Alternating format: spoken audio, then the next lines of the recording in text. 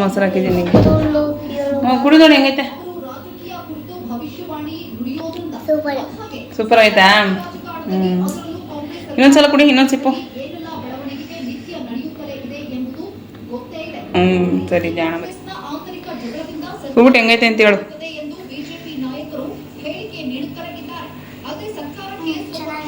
ಚೆನ್ನಾಯ್ತಾ? ಕುಡ್ದ ಚಿನಿಯ? Hi hello ನಮಸ್ಕಾರ, welcome back to my YouTube channel Kannada ತೀಕೆ ರುಚಿ 24. ನನಗೆ ಗೊತ್ತು ನೀವು ಯಾರೂ ಕೂಡ ಈ ವಿಡಿಯೋನ ಇಗ್ನೋರ್ ಮಾಡಲ್ಲ, ಹಾಗೆ ಎಲ್ಲೂ ಕೂಡ ಸ್ಕಿಪ್ ಮಾಡದೆ ಕೊನೆವರೆಗೂ ನೋಡ್ತೀರಾ ಅಂತ. ಯಾಕಂದರೆ ಯಾರು ತುಂಬ ಹೆಲ್ತ್ ಕಾನ್ಷಿಯಸ್ ಆಗಿರ್ತೀರಾ, ಹೆಲ್ತ್ ಬಗ್ಗೆ ತುಂಬ ಕೇರ್ ಮಾಡ್ತೀರಾ ಅಂಥವ್ರು ಎಲ್ಲರೂ ಕೂಡ ಈ ವಿಡಿಯೋ ನೋಡ್ತೀರಾ. ನಮ್ಮೆಲ್ರಿಗೂ ಹೆಲ್ತೇ ಅದು ಮೇನ್ ಇಂಪಾರ್ಟೆಂಟು. ಸೊ ಅದಕ್ಕೋಸ್ಕರ ಎಲ್ಲರೂ ಈ ವಿಡಿಯೋ ನೋಡ್ತೀರಾ ಅಂತ ನನಗೆ ಗೊತ್ತು. ಹೌದು, ನಾನಿವತ್ತು ಮನೆಯಲ್ಲೇ ಹೇಗೆ ಪ್ರೋಟೀನ್ ಪೌಡ್ರು, ಮಿಲೆಟ್ಸ್ ಪೌಡ್ರನ್ನ ಯಾವುದೇ ಥರ ಪ್ರಿಸರ್ವೇಟಿವ್ಸ್ ಇಲ್ದಂಗೆ ತುಂಬ ಹೈಜಿನಿಕ್ಕಾಗಿ ಹೆಲ್ದಿಯಾಗಿ ಹೇಗೆ ಮಾಡೋದು ಅಂತ ತಿಳಿಸ್ಕೊಡ್ತೀನಿ. ಬನ್ನಿ ವಿಡಿಯೋ ನೋಡ್ಕೊಂಬರೋಣ. ಇಲ್ಲಿ ನಾನು 1 kg ಆಗುವಷ್ಟು ರಾಗಿನ ತೊಗೊಂಡಿದ್ದೀನಿ. ಆ 1 kgಗೆ ಅರ್ಧ kg ರೆಡ್ ರೈಸು ಕೆಂಪಕ್ಕಿ, ಅರ್ಧ kg ಗೋಧಿನ ತೊಗೊಂಡಿದ್ದೀನಿ.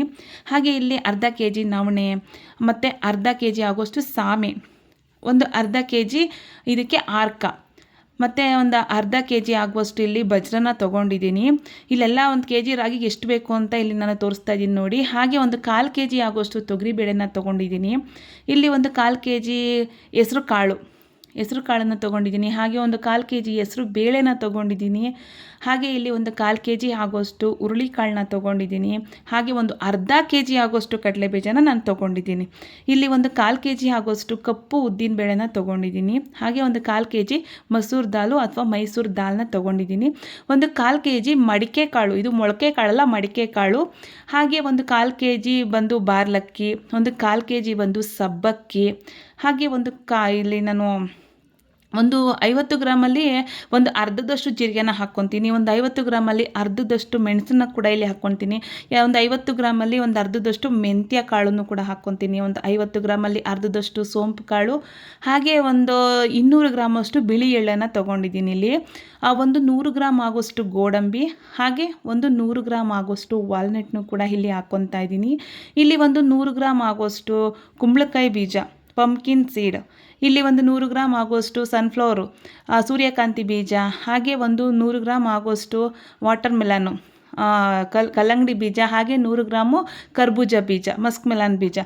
ಇಲ್ಲಿ 100 ಗ್ರಾಮ್ ಅಕ್ಸೆ ಬೀಜನ ನಾನು ತೊಗೊಂಡಿದ್ದೀನಿ. ಹಾಗೆ ಒಂದು 100 ಗ್ರಾಮ್ ಆಗುವಷ್ಟು ಚಿಯಾ ಸೀಡ್ನ ತೊಗೊಂಡಿದ್ದೀನಿ. ಒಂದು 100 ಗ್ರಾಮ್ ಆಗುವಷ್ಟು ಇಲ್ಲಿ ಕಾಮಕಸ್ತೂರಿ ಬೀಜನೂ ನಾನು ತೊಗೊಂಡಿದ್ದೀನಿ. ಇಲ್ಲಿ ಒಂದು 50 ಗ್ರಾಮ್ ಆಗುವಷ್ಟು ಗಸಗಸೆ, ಹಾಗೆ ಒಂದು 10ರಿಂದ 15 ಏಲಕ್ಕಿ ಕಾಯಿನ ಇಲ್ಲಿ ತೊಗೊಂಡಿದ್ದೀನಿ.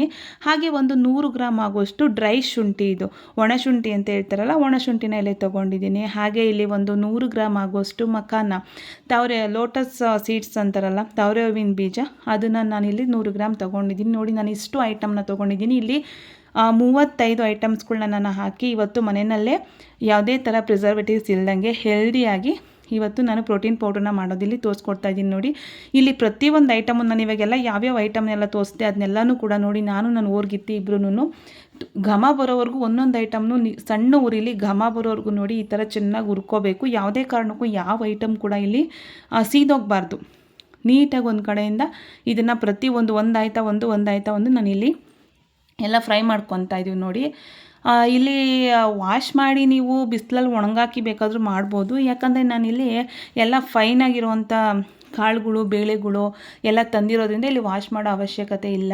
ನೋಡಿ, ಇಲ್ಲಿ ಫೈನಲ್ಲಿ ಎಲ್ಲ ಹುರಿದು ಒಂದು ಪಾತ್ರೆಗೆ ಇಲ್ಲಿ ಹಾಕ್ಕೊಂಡು, ಇಲ್ಲಿ ಹೊರಗಡೆ ಒಂಚೂರು ರೂಮ್ ಟೆಂಪ್ರೇಚರಲ್ಲಿ ನಾವು ಬಿಸಿ ಇರುತ್ತಲ್ವ, ಇದೆಲ್ಲ ಹುರಿದಿರೋದೆಲ್ಲ ಪ್ರತಿಯೊಂದು ಐಟಮ್ ಎಲ್ಲ ಬಿಸಿ ಇರುತ್ತಲ್ವ. ಸೊ ಅದಕ್ಕೋಸ್ಕರ ಇಲ್ಲಿ ನಾನು ರೂಮ್ ಟೆಂಪ್ರೇಚರಲ್ಲಿ ತಣ್ಣಗಾಗೋದಕ್ಕೆ ಇದನ್ನು ಬಿಡ್ತಾ ಇದ್ದೀನಿ. ಇದು ಕಂಪ್ಲೀಟ್ಲಿ ಕೂಲ್ ಆಗಬೇಕು. ಬಿಸಿ ಇದ್ದರೆ ಹಿಟ್ಟು ಸರಿಯಾಗಿ ಬರೋಲ್ಲ ಮಿಷಿನಲ್ಲಿ.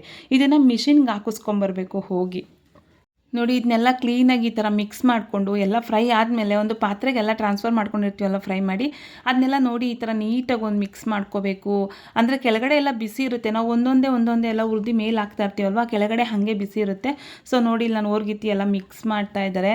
ಫೈನಲಾಗಿ ಎಲ್ಲ ಒಂದು ಬಾಕ್ಸ್ಗೆ ಸೇರಿಸ್ಕೊಂಡು ನಾನು ನಮ್ಮ ಯಜಮಾನ್ರು ಮಿಷಿನ್ಗೆ ಹಾಕಿಸ್ಕೊಂಡು ಬರೋಣ ಅಂತ. ನೋಡಿ, ಇದು ಕಂಪ್ಲೀಟಾಗಿ ತಣ್ಣಗಾಗಿದೆ. ರೂಮ್ ಟೆಂಪ್ರೇಚರಲ್ಲೇ ತಣ್ಣಗಾಗೋದು ಬಿಡಿ. ಇದನ್ನು ಕಂಪ್ಲೀಟ್ಲಿ ಒಂದು 1 ಅವರ್ ಆಗುತ್ತೆ ತಣ್ಣಗಾಗೋದಕ್ಕೆ.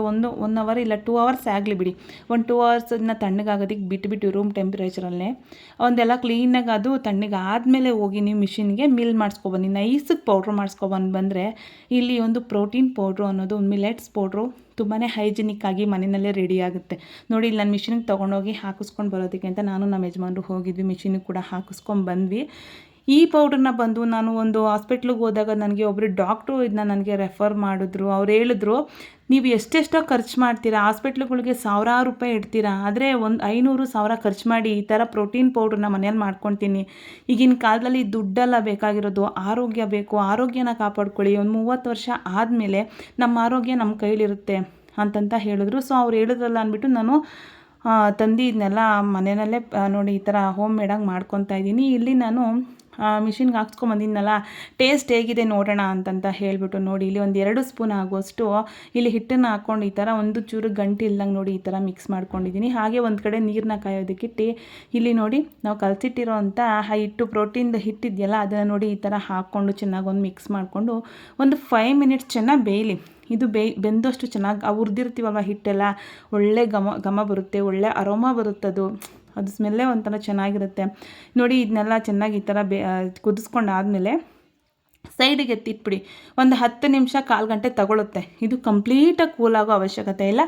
ನಿಮಗೆ ಕುಡಿಯೋದಕ್ಕೆ ಎಷ್ಟು ಬಿಸಿ ಬೇಕೋ, ನಾರ್ಮಲಾಗಿ ಕುಡಿಯೋದಕ್ಕೆ ನಿಮ್ಗೆ ಎಷ್ಟು ಬಿಸಿ ಬೇಕೋ ಅಲ್ಲಿವರೆಗೂ ಇದನ್ನು ಸ್ವಲ್ಪ ಕೂಲ್ ಮಾಡಿಕೊಂಡು ಆಮೇಲೆ ಇದಕ್ಕೆ ನಿಮ್ಗೆ ಇಷ್ಟ ಆದರೆ ಬೆಲ್ಲ ಹಾಕ್ಕೊಳ್ಳಿ.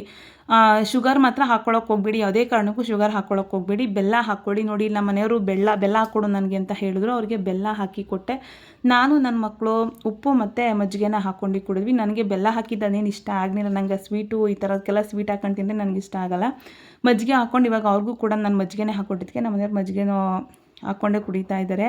ಇದನ್ನು ನಾವು ಬೆಳಗ್ಗೆ ಟೈಮು ಮಾಡಿಕೊಂಡು 1 ಗ್ಲಾಸು ಕುಡ್ದು 1 ಅವರ್ ಅಥವಾ 2 ಅವರ್ ಆದಮೇಲೆ ನಾವು ಟಿಫನ್ನ ಮಾಡೋದ್ರಿಂದ ನಮ್ಮ ಆರೋಗ್ಯನೂ ಚೆನ್ನಾಗಿರುತ್ತೆ, ನಮ್ಮ ಆರೋಗ್ಯ ತುಂಬ ಸುಧಾರಿಸುತ್ತೆ.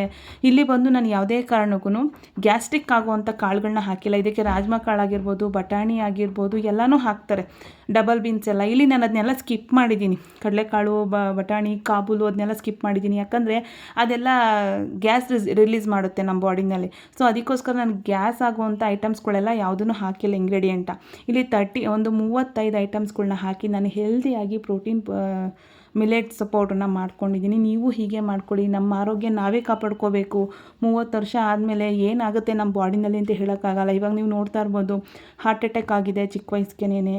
ಅಂದರೆ ತುಂಬಾ ಇವಾಗ ಗರ್ಭಕೋಶ ಕ್ಯಾನ್ಸರು, ಕರುಳಿನ ಕ್ಯಾನ್ಸರು ಮತ್ತು ಗ್ಯಾಸ್ಟ್ರಿಕ್ಕು, ಅಸಿಡಿಟಿ ಇದೆಲ್ಲ ಕೂಡ ನಿವಾರಣೆ ಆಗುತ್ತೆ. ನನ್ನ ಮಕ್ಳಿಗಂತೂ ಕೊಟ್ಟೆ, ನಾನು ಸ್ಟಾರ್ಟಿಂಗ್ ವಿಡಿಯೋದಲ್ಲಿ ನೋಡಿರ್ಬೋದು ಮಕ್ಕಳು ಯಾವ ಥರ ರಿವ್ಯೂ ಕೊಟ್ಟರು ಅಂತ.